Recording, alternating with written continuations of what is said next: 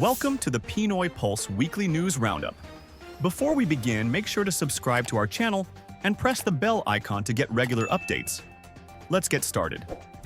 In a series of dramatic developments across the Philippines' political and legal landscape, several high-profile figures are now at the center of public scrutiny.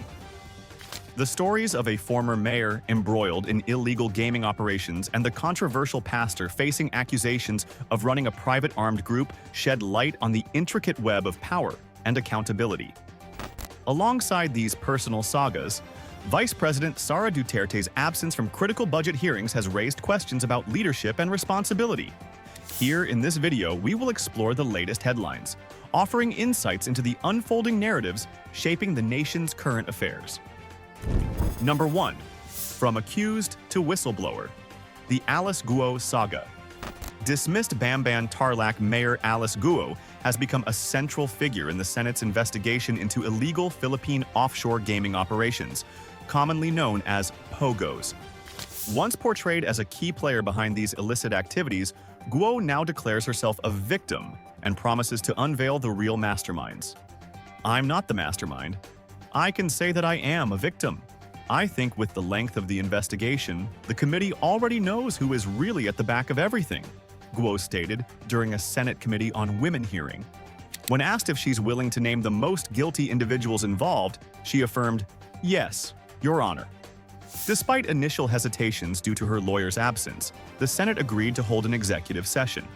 Although brief, this session is set to continue next week, and senators are hopeful about the revelations she might bring forward.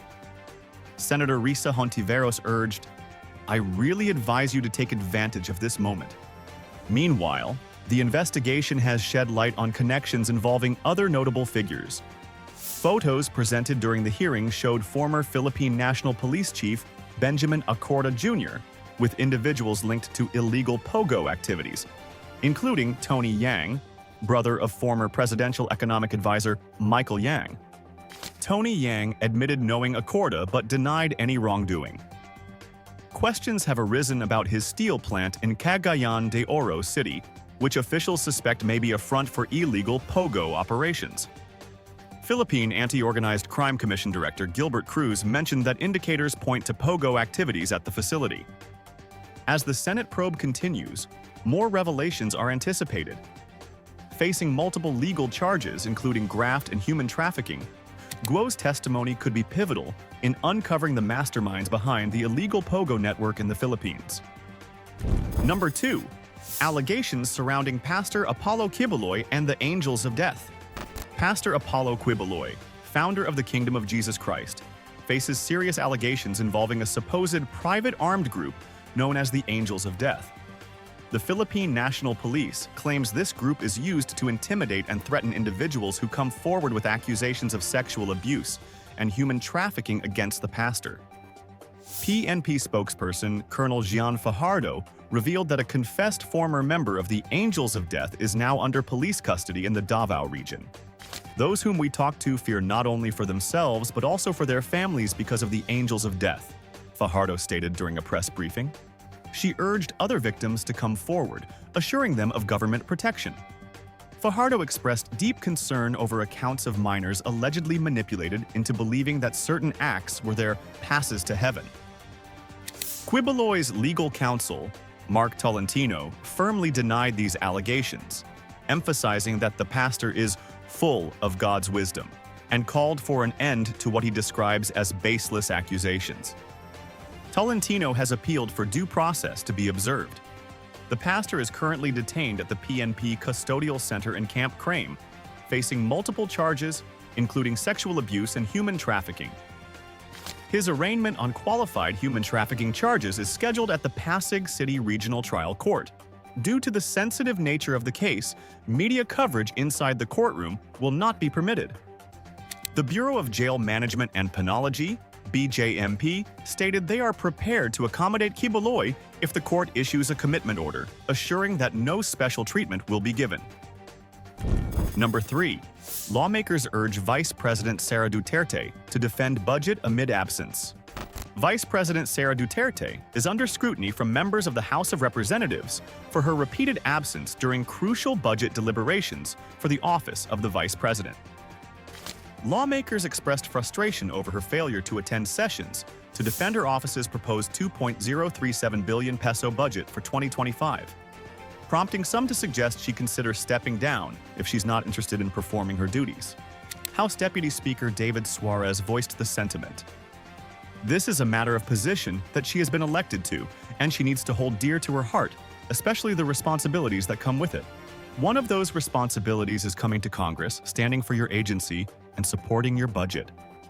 Ako Bicco, party list representative Raul Angelo Bongalon added, if she is no longer interested in her duties and functions as the vice president, we can ask her to step down.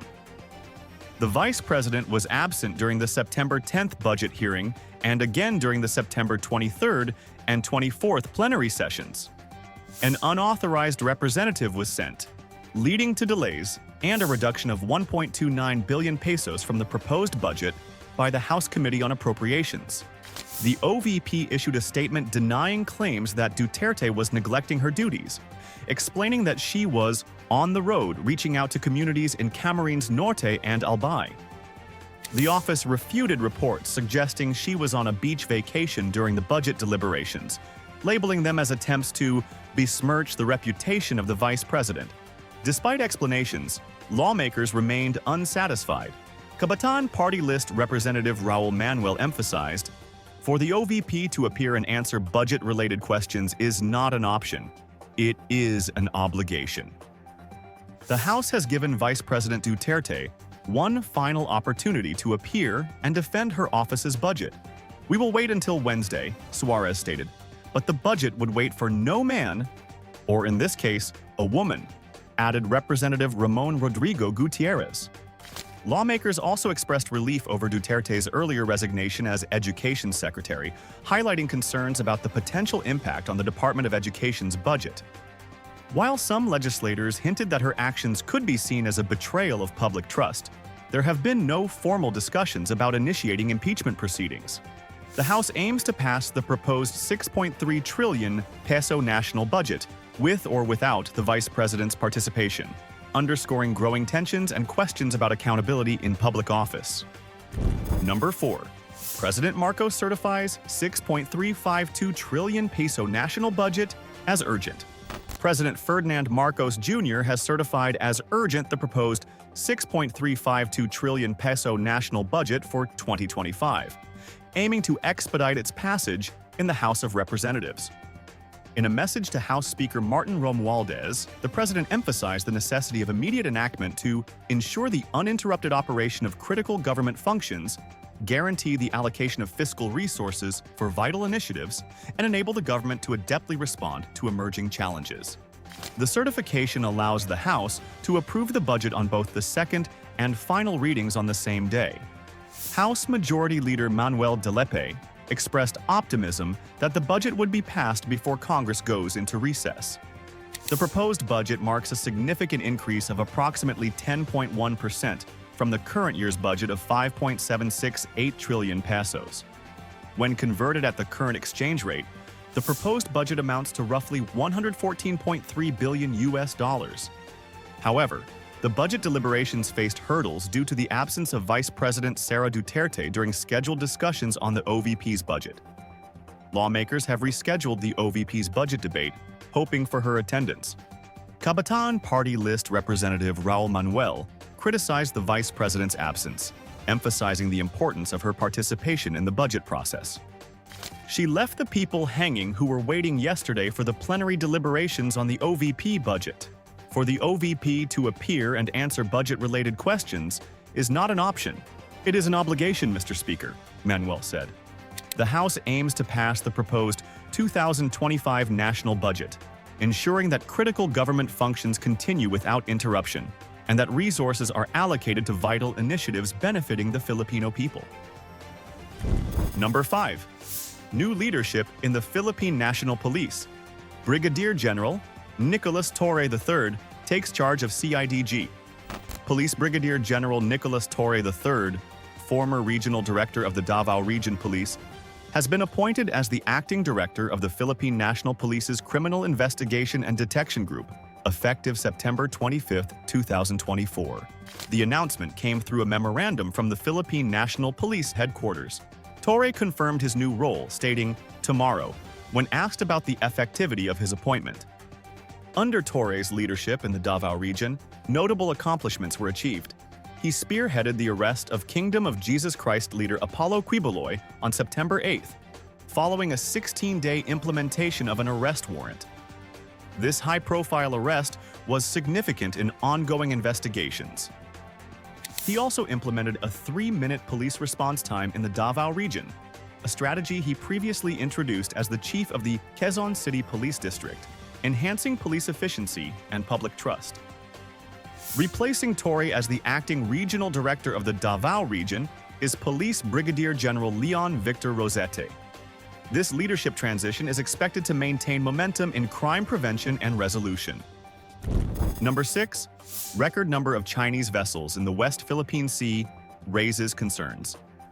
The West Philippine Sea is witnessing an unprecedented influx of Chinese vessels, with numbers reaching a record high of 251 ships, significantly escalating regional tensions. According to the Philippine Navy, 153 of these vessels are concentrated around Ayungin Shoal and Escoda Shoal, critical areas within the Philippines' exclusive economic zone. From September 17th to 23rd, the Navy reported spotting 16 People's Liberation Army Navy warships, a sharp increase from just 7 the previous week. Specifically, 11 military vessels were observed near Escoda Shoal, accompanied by 16 China Coast Guard ships and 55 maritime militia vessels. Around Ayungin Shoal, 9 CCG vessels, 62 MMVs, and 1 research vessel were monitored. Rear Admiral Roy Vincent Trinidad, the Philippine Navy spokesman for the WPS, expressed concern over the escalating numbers. "The presence of Chinese vessels in the West Philippine Sea has been illegal since we started monitoring them," he stated. Despite the increased presence, Trinidad assured the public that the armed forces of the Philippines remains vigilant, and that soldiers stationed on the BRP Sierra Madre at Ayungin Shoal maintain high morale. In addition to naval activities, a Chinese research vessel reportedly came within 27 nautical miles of Palawan, prompting the deployment of Philippine Coast Guard and Navy ships. However, the vessel had departed the area upon their arrival. The escalating tensions have also affected local communities. Over 150 fishermen from Zambales convened with the National Security Council to discuss challenges they face, particularly in the Scarborough Shoal. National Security Advisor Eduardo Año reassured them of the government's support. Despite recent challenges such as typhoons and maritime threats, the fisherfolk are not alone and can rely on the government as an ally, he stated. The NSC organized the Fisherfolk Congress to empower affected communities and advocate for maritime peace, safety, and sustainable fishing practices. Number 7. Strengthening peso may challenge Philippine exports and services. Financial analysts caution that the Philippine peso's potential appreciation, spurred by the U.S. Federal Reserve's recent rate-cutting cycle, could adversely affect the country's export and service sectors. Security Bank Corporation chief economist Robert Dan J. Rosas noted that while a stronger peso might positively influence domestic prices, it could negatively impact exporters and business process outsourcing companies. A stronger peso could negatively affect exports and other entities such as BPOs, Rosas stated. The U.S. Federal Reserve recently implemented a 50 basis point rate cut and is expected to continue easing monetary policy. Markets are pricing in a nearly 49% chance of another 50 basis point cut in November. This shift reduces the likelihood of capital outflows from the Philippines, potentially leading to a stronger peso. The local currency closed at 55.97 pesos against the US dollar on Monday. Earlier this year, the peso had weakened to as low as 58 pesos per dollar. Metropolitan Bank and Trust Company revised its year-end forecast for the peso to 55.30 pesos per dollar, stronger than its earlier estimate of 57.20 pesos. However, some economists urge caution. Miguel Chanco, chief emerging Asia economist at Pantheon Macroeconomics, highlighted concerns over the country's current account and fiscal deficits, which could weigh on the peso's performance. The current account deficit stood at $7.1 billion in the first half of the year, equivalent to minus 3.2% of GDP. The Bangko Sentral ng Pilipinas may have increased flexibility to cut interest rates in response to the Fed's easing. Governor Eli M. Remolona Jr.